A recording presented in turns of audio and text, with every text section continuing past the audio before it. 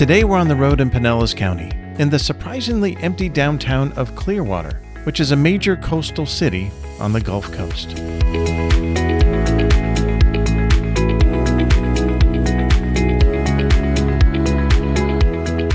So the reason I started to fill the ride with history of the locations we're going through is because the cameras were only capturing the sound of wind while I was recording the ride.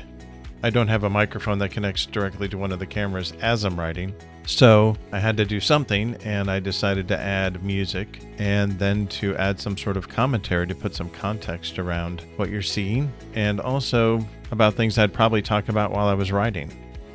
Except I probably wouldn't be as concise or knowledgeable as I am when I get a chance to go research things more in depth.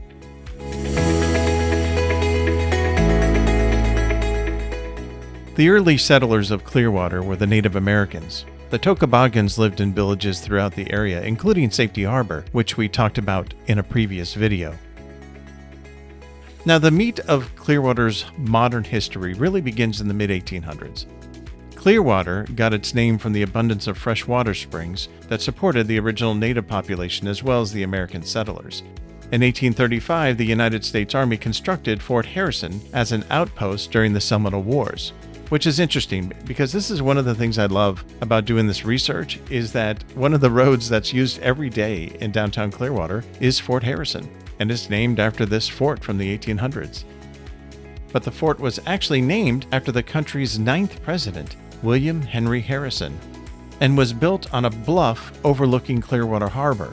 And the high bluff allowed rainwater to wash away from the city, effectively draining sewage away from the residents, making Clearwater one of the cleanest places to live back in these wild days.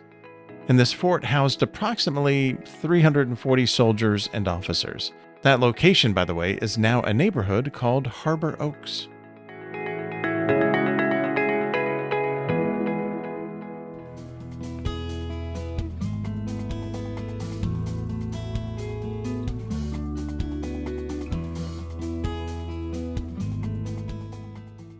In 1842, the United States offered the adventurous 160 acres of land through land grants to anyone who came to Florida under the Armed Occupation Act. That needs better marketing, right? That just sounds so welcoming, doesn't it? The early settlers were James Stevens, Samuel Stevenson, and James P. McMullen.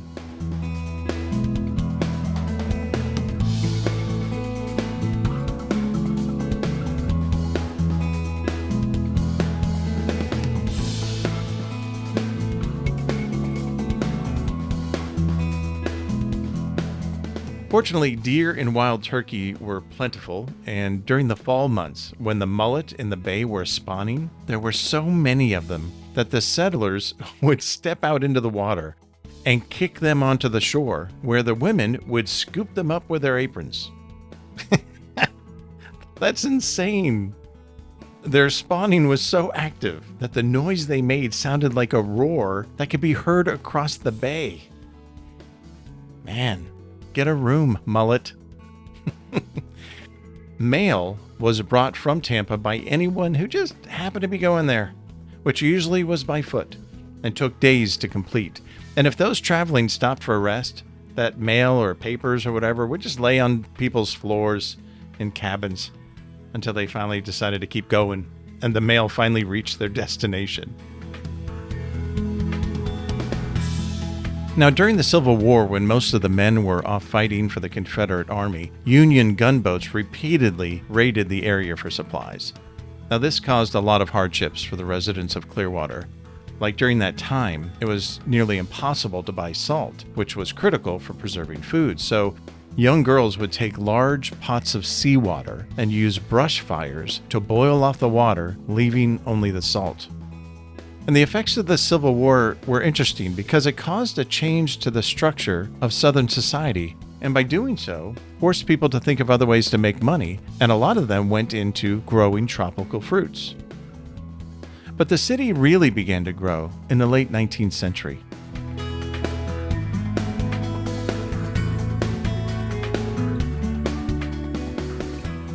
In the 1800s, world-famous sculptor Theodore Kamensky from Russia came to Clearwater to make his home. Kamensky was a favorite of Tsar Alexander II, who would often visit him in Kamensky's Russian studio.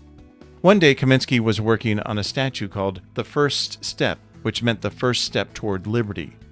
And the Tsar happened to stop by, and he was displeased by his work. He asked Kamensky to refrain from doing work like this, but the sculptor declined. He was an artist after all. And their relationship was essentially over. Kamensky left Russia shortly afterward and eventually ended up in Clearwater. He became a naturalized citizen, built and owned the Seaview Hotel in Clearwater, and drew one of the first big maps of the town in 1885. In 1888, Peter Demens, who we mentioned in the Downtown St. Pete video, expanded his local Orange Belt passenger railroad into the city. And about 10 years later, that railroad became part of Henry Plant's railroad system, which we mentioned in the Plant City video. Plant built a number of elite hotels across Florida, including the Bellevue Hotel in nearby Bel Air, which brought a number of seasonal visitors.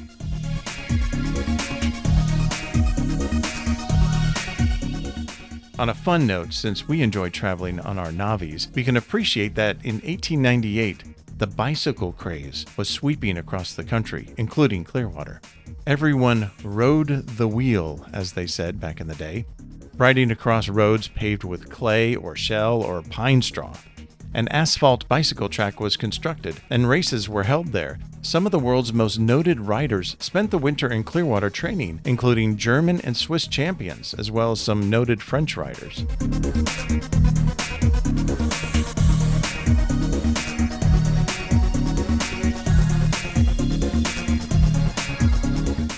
In the 1900s, the population had grown to about 400, expanding to over 1,000 in the winter when the visitors would come. Now, in 1900, the first ice factory was built, which eventually turned into the city waterworks. The first telephone exchange was established in 1903, and in 1910, after the city's largest fire, they decided to start a fire department. After. In 1916, a library sponsored by Andrew Carnegie was built, and during that time, a new charter was elected to support suffrage for women. And during World War II, Clearwater became a major training base for U.S. troops. Virtually every hotel in the area, including the Bellevue Biltmore and the Fort Harrison Hotel, were used as barracks.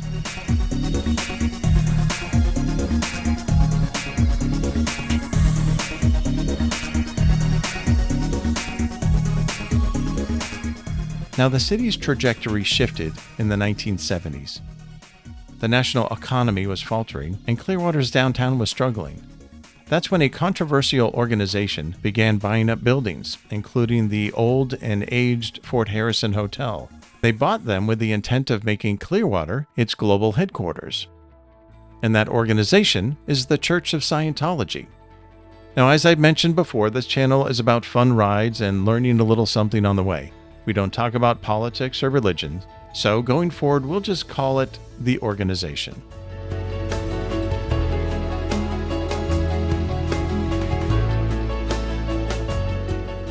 So in 1975, under a program they apparently called Project Normandy, the organization quietly acquired property and buildings in downtown.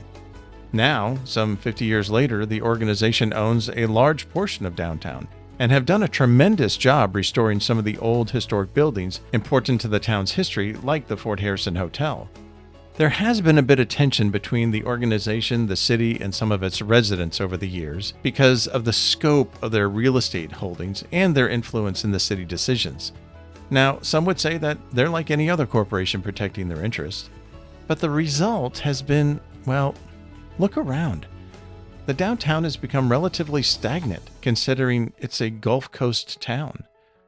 I mean, if you take a look at the Downtown St. Pete video and compare it to this coastal downtown, well, St. Pete looks like it's evolving into a mini Miami, where downtown Clearwater looks like it's stuck in the 1980s.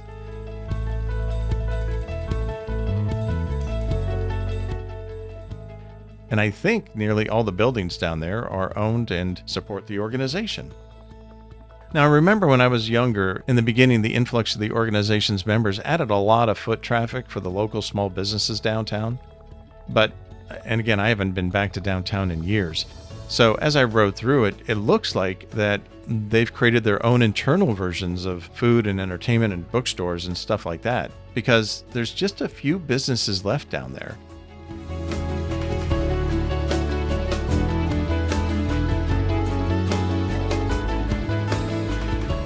Like on the really beautiful road of Cleveland Street, there are still some of the old businesses that I used to see, like sub shops and things like that.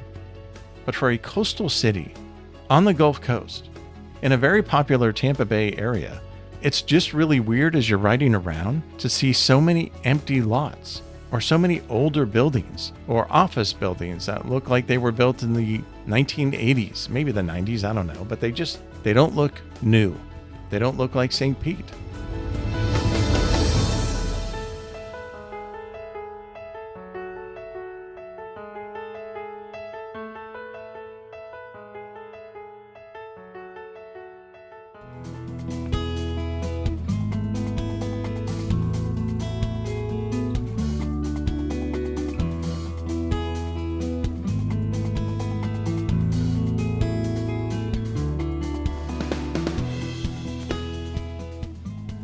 Now, as I rode around, again, I hadn't been here in forever.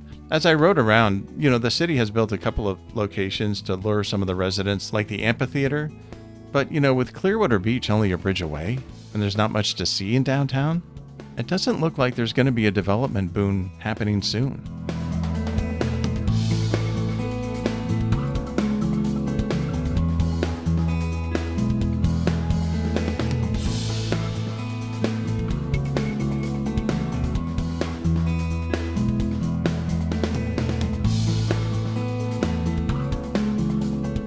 Here's some stats for you. Clearwater is 39 square miles with a population of just over 117,000 people. They live in nearly 50,000 residences in one of the city's 44 neighborhoods. Clearwater is the 18th largest community in Florida. The median home value is nearly $400,000, and an average rent is over $2,500 a month. The per capita income is $39,000, which is $2,000 below the national average, while the median household income is $59,000, which is $16,000 less than the national average, and 16% of the residents live below poverty level. As for demographics, 66% of the residents are white, 17% are Hispanic, 11% are Black, 3% are Asian, and what's interesting is 17% are foreign-born.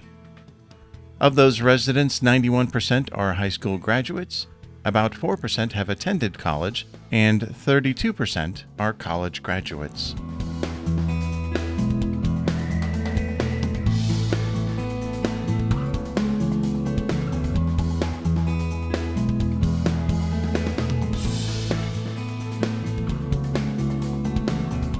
Now, just a little off of downtown is the Medical Center of Clearwater, which has some of the finest doctors and facilities in the area. This is the Morton Plant Hospital, which, unfortunately, I've had a few stays in.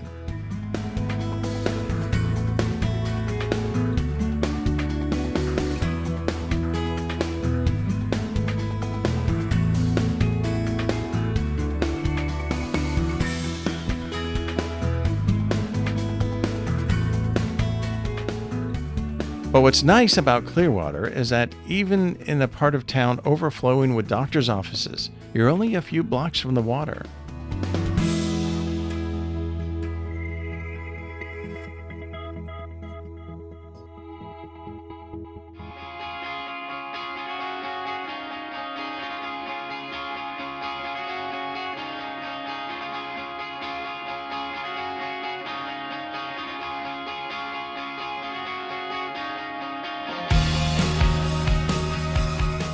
Now, this was fun. As I came to look at the water, this young guy, this fisherman, was really interested in my Navi.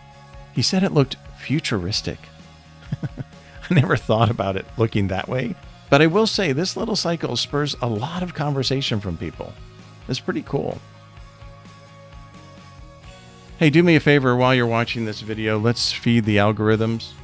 No one's actually looking to see whether people like or subscribe or comment, but a computer is, And we want to make that computer happy. Not because I care, but because, you want more people to watch videos like this. And the more the algorithm likes this video, the more it will tell other people to watch it.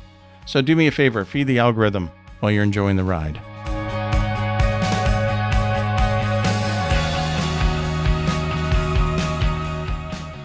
Now, as I've traveled down here for different medical appointments and things like that, I've often driven by this cemetery, but never actually went into it. Turns out this is the Clearwater Municipal Cemetery, and it was established in 1877.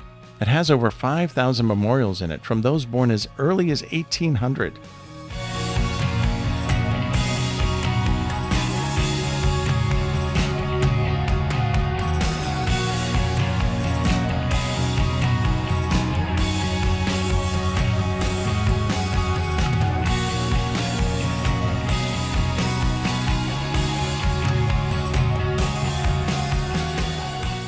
These old cemeteries, man, it just goes to show you, it's a reminder that we're all going to end up here. So be careful on the road and spend your time between rides, making friends and doing good in the world, We need more of that.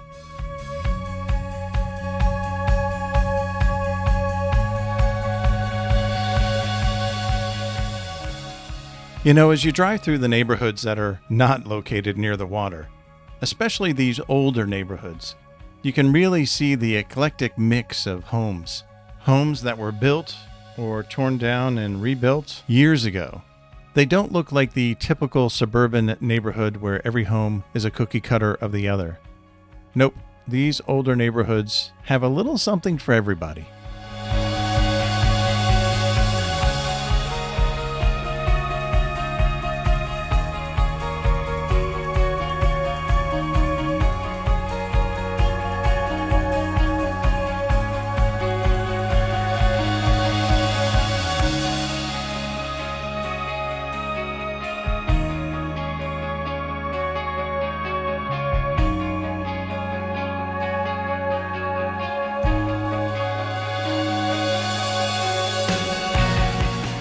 Now, as with any Florida city that has land near the water, that's usually where large homes are located. And there are some homes in this area that are just stunning.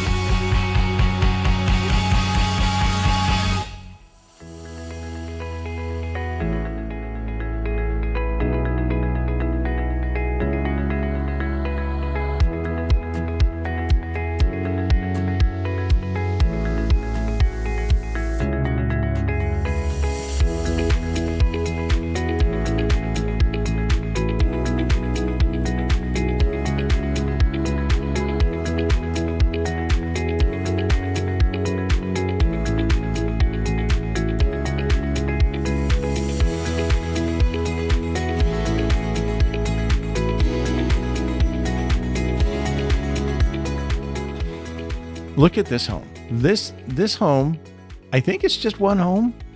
I'm not sure. It's huge. Or it's a compound. I don't know what it is. But it's in a really expensive neighborhood, and it's huge, and it's big, which is also huge.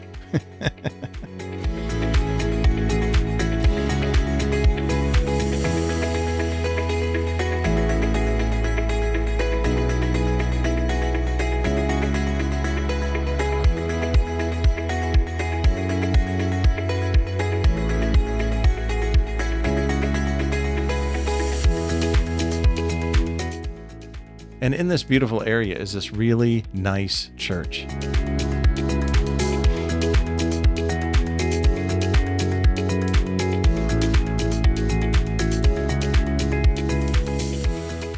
that pretty? I don't know, there's just something very peaceful about that building.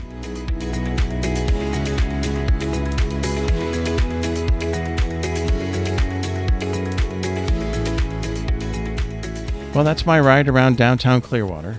I hope you've enjoyed it. It's been interesting. I love learning about towns in the Tampa Bay area and how they're all interconnected.